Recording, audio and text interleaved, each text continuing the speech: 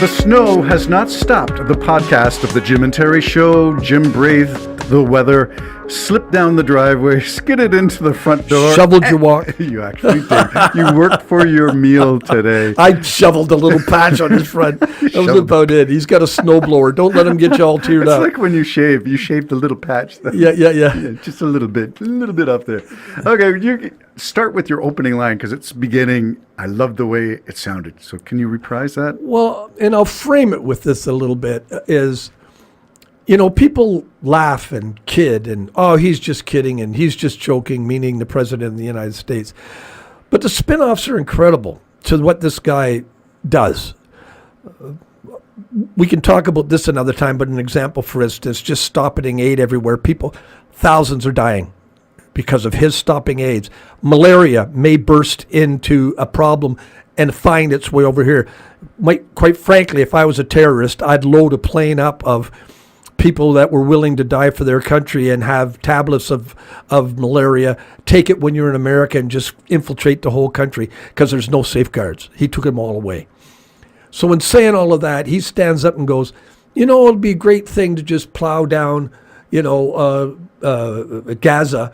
And I like what one comedian said, well, you did the opposite. You took Atlantic City and turned it into ruin. So now you want to try to make ruin and why do we think you even have the ability to do that? Sounds like a Jimmy Kimmel argument. Yeah, how do you think you can do that? Yeah. So when him making the announcement that we will just move the Palestinians because they don't want to be there anyway. Did you know that? Did you hear him say that? They don't want to be there anyways. Bad memories, just bad memories. Bad luck. The whole place has been bad luck to them. It's jinxed. It's cursed. Yeah, get them out of the cursed land. And they don't want to be there anyways, just like Canadians don't really send want to them be where? Canadians. What his alternative was Jordan and Egypt? I think, to the north and to the south? Of course, those two countries are going, who's going to pay for this shit? When that started, when the war in Gaza started, Egypt doubled their wall. They put up more barbed wire and more safety. Don't come over here. We don't want you. Yeah, we don't want you. And so he's planning on doing this and building a resort, a big resort. I don't know how he plans to do that without using taxpayer money. And I don't know how he plans to protect that without using military. Well, hang on a second. I know Jared Kushner has $2 billion from Saudi. Maybe it'll come from him. But the thing that caused trouble within all the negotiation of peace. You're talking about the Netanyahu-Trump's podium speech. So okay. Netanyahu and Trump are together, and Trump had done his bit. And Netanyahu comes to the podium, and he says, I know, first reaction is we roll our eyes. And then we scratch our head.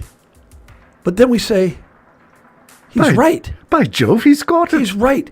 Well, what do you think that's going to do for the Middle East? You know what I mean? All along they're right. The Jews just, they really just want to annihilate the Palestinians, and they probably do. And I'm not even justifying yes or nay, but that's probably true. Mm-hmm. But it's saying it out loud now. Trump has pulled that out of Netanyahu. All negotiations with all Arab countries have got to be affected. Let me switch the cart and the horse there and say that Netanyahu pulled that out of Trump. Well, could have been. Absolutely. But it still tells you the framework of the mentality of both men. Yes. So now you've got these two men saying that the Palestinians just go away. After all of this, just go away. Look, I'm not a fan of any of the terrorist groups. Whoever is left, go away? Yeah, I'm not a fan of any of the terrorist groups. No. But if you're planning on just them going away, that's called ethnic cleansing, Terry. Yes. That is what that is called. And the Jews should be the last people that ever want to be responsible for ethnic cleansing. So there's the irony of that whole thing. Were you surprised that Netanyahu went to Washington? I wasn't surprised at that, but I was really surprised of his response. Netanyahu's response or Trump's response? Netanyahu's response to what Trump's response was. And you might be absolutely right. In that table, Netanyahu, because I can see it happening to Trump. You're a great man, Trump. And you know what? I think you would do wonders with that. Look at the resort that would make. Have you seen the beaches? Look at that. And Trump's going, oh, yeah. Trump Tower. Great big Trump Tower. That'll get my name on Mount Rushmore, my face up there, man. Mount Ararat. Or is it Mount Ararat? Well, that's where the Ark landed. Oh, the Ark. Mount Rushmore, right? Yeah, I got Mount that right, Rushmore in South Dakota, sorry. Yeah. That's Kristi Noem, who's now she's Homeland Security or something like that. I forget what she is. Either way, we are in for a rough time. I've done a number of blogs on the new Trump administration. It's a thug's paradise. I need some gangster music to go with that. I want some thug music. Yeah, I don't see anything good happening at all. And we've just commented, this is over less than 3 weeks into this thing. And it is absolute bedlam, mayhem, corruption, crime is us now unleashed. And you haven't seen it yet. And we haven't seen the start of it. Yeah. This is not the end. This is not even the beginning of the end. It might be the end of the beginning, well, said Winston Churchill. There was 50 states with 50 protests. That's not all that great. Some of them were not. I know Rachel wanted to make it look bigger, but it wasn't. Some of them weren't that big. But nevertheless, it is the beginning as each thing starts taking effect and people's lives are affected. See, don't forget, he wants you to resign. That's your career. Wants you to give up. That was your career. Yeah. He's just taken away in less than 2 weeks. He's taken your career away. And it is, you can see it my way or you can see it my way. Nevertheless, you're signing it. You're sounding like Sylvester Stallone in Tulsa King. But I'm trying to be Marlon Brando. In The Godfather. In The Godfather. Yeah, so that's the state of the United States right now. It's Marlon Brando's Godfather revisited. Yeah. Only this, and I think it's part of the playbook. I honestly do. I think he's got people on board that are willing to sell their country out because they don't really believe in countries anyways. They're willing to sell their country out for money, profit, and I don't understand that because how much can you really spend? You know what I mean? Like, I don't know how much more than $400 billion a year you need. I don't know how much more than that you need to, I don't get it, but it's power they need, I think.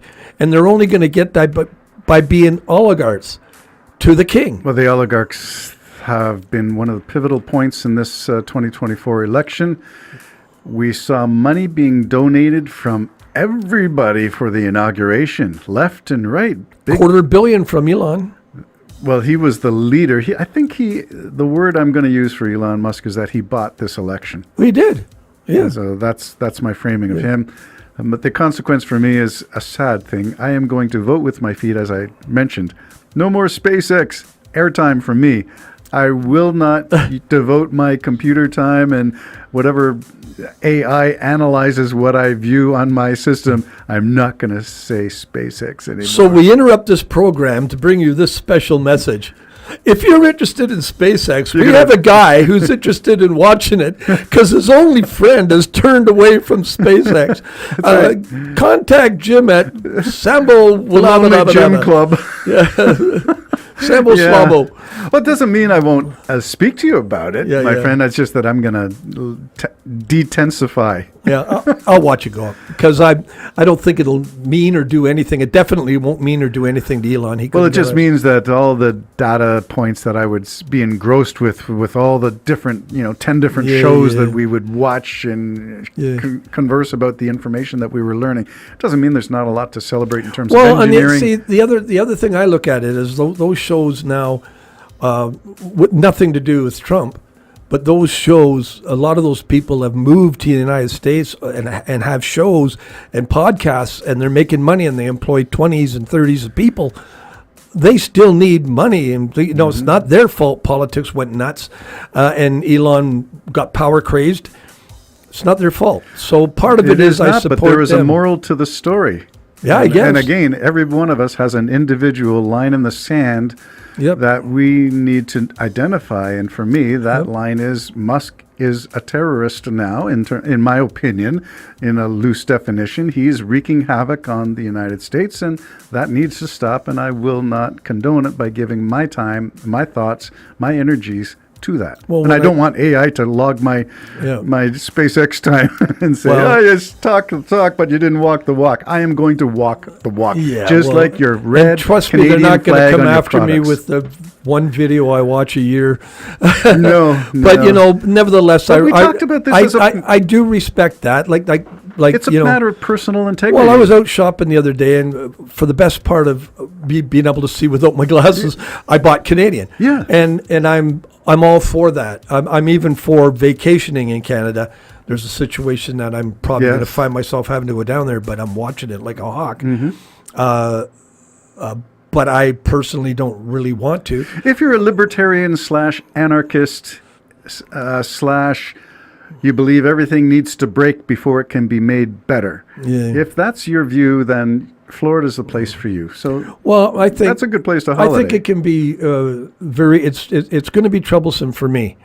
It's just going to be troublesome for me because I know the mentality of the herd. Yes. And I've been through that before where should I go, and I may have to. That's an argument that I'm willing to fight over, I guess. I will keep my mouth shut completely. And I'm starting to do that now up here. If I find out right away you're not agreeing with me on my view of Trump, I don't want to argue with you. I don't want to be the one to convert you because I'm not going to do it. I'm not an apologist. I just see from my own eyes what I see. And I don't know how any Canadian could not be uncomfortable with the rhetoric that's been coming out of Trump's mouth. I don't know how any Canadian could sit there and go, oh, everything's fine and dandy, what a great guy. That's what he is. Yep. Beep, beep. We will I'm sorry. use this as a teaser for the next one and maybe go into the Canadian politics. We do have an election in Ontario coming up sooner than later, February 27th, I believe. And we do have a federal election coming up, maybe in the summer, maybe in the fall, no later, I think, than October, but it could be sooner. So we got a lot of things to think about. And my question leading into the next podcast is, has Pierre Poilievre positioned himself in any way that makes anyone listening more inclined to support him? Elections coming. I think Ford has, though. Okay, we'll talk about Ford and the Johnny come lately of the Jim and Terry show. All right, take care now. Bye-bye for now. Talking about hot topics, hot buttons, and we got a few to push still. Bye-bye for now.